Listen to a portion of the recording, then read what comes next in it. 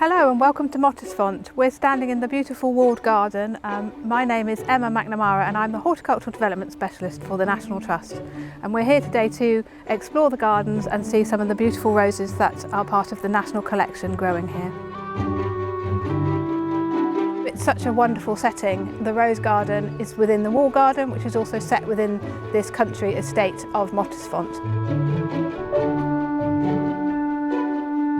The atmosphere here this morning, it's one of those early summer days, so the flowers are at their freshest and it's very beautiful. The colours are very vibrant and the smell that's wafting on the breeze is just gorgeous. So this part of the walled garden used to be the old kitchen garden, and Graham Stuart Thomas, who was the very first gardens consultant for the National Trust, decided it was the perfect place for him to bring his collection of pre-1900 shrub roses, and they could grow in this environment perfectly with lots of space and light to make them very healthy. And visitors that came to the gardens included Audrey Hepburn. Most old roses bloom only once a year. At the height of the season in June, at Mottisfont Abbey, during high rose tide, the magic of old roses still weaves a spell.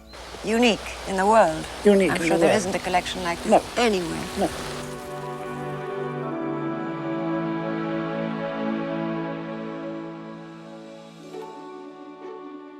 Because they're pre-1900 roses, these roses are very special because they only actually flower once. I think people love them because they are so beautiful for such a short period of time, so you get to enjoy them for a few weeks, and it's the exuberance that makes the collection so special. This rose in particular is a moss rose, and its name is Henry Martin, and it dates back to 1863, and it's just got the most fabulous lemony perfume, and the moss feeling on the buds is just so beautiful that it makes it one of my favourites. Maintaining this garden takes a lot of work. Pretty much the gardeners are working in here all year round. We have winter pruning, which takes a long period of time, basically from November through to February, and then we obviously have to mulch the borders and feed the roses. But we don't deadhead the roses here because they only flower once. We leave the heads on so that they will produce really beautiful hips for the autumn, which is an added element of colour for people to come and see later in the year. We don't spray them for black spot. We are totally organic within this garden because it's beneficial for nature and the roses are still thriving.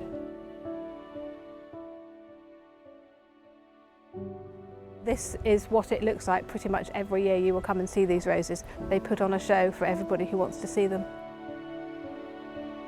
The garden is underplanted with a lot of interesting plants which give structure and colour to the rest of the season. They also cover the ground so that it helps retain the water. And Graham Stuart Thomas was quite specific in the colours that he wanted in this garden. He wanted silvers and whites, which would really offset the roses when they were at their peak. As you can see with the bright pinks, this is a really calming, soothing part of the design.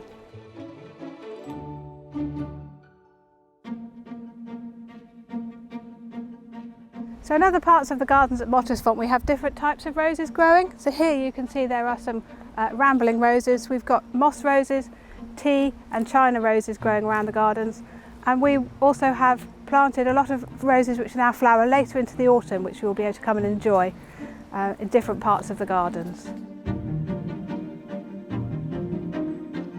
It's really simple to grow roses in your own garden. They will grow in most aspects. You can even grow them in containers or pots on your patio. So top tips for planting your own rose garden is to think about the eventual height and size of the roses, and when you're planting them, to make sure that you've dug a really good, decent sized hole. Place some mycorrhizal fungi in the base and plant the roses on top with really good compost, and then water them in. You don't need to prune them the first year, but pruning for the second year will really give you shape and form and help with air circulation, and that will prevent you getting any pests and diseases in your newly planted roses. There's a few simple things you can do to keep your roses looking healthy and flower well, and one of them to do at this time of year is to deadhead your roses if they are repeat flowers. So when your flowers start to look a bit faded, just cut them off and you'll get a new flush of buds coming through, which will keep the roses going through the rest of the summer.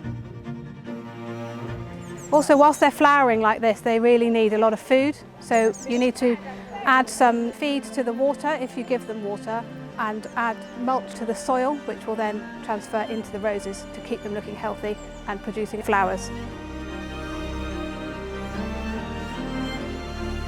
So it's important to look after this collection of roses because it is so unique and special, and historically there's no other collection like it in the UK. So we're starting a restoration programme for this garden because some of the roses are getting old and past their best, so we need to propagate and grow more roses to replace them with, so that future generations will be able to come and see not only these roses but the roses that are propagated from them.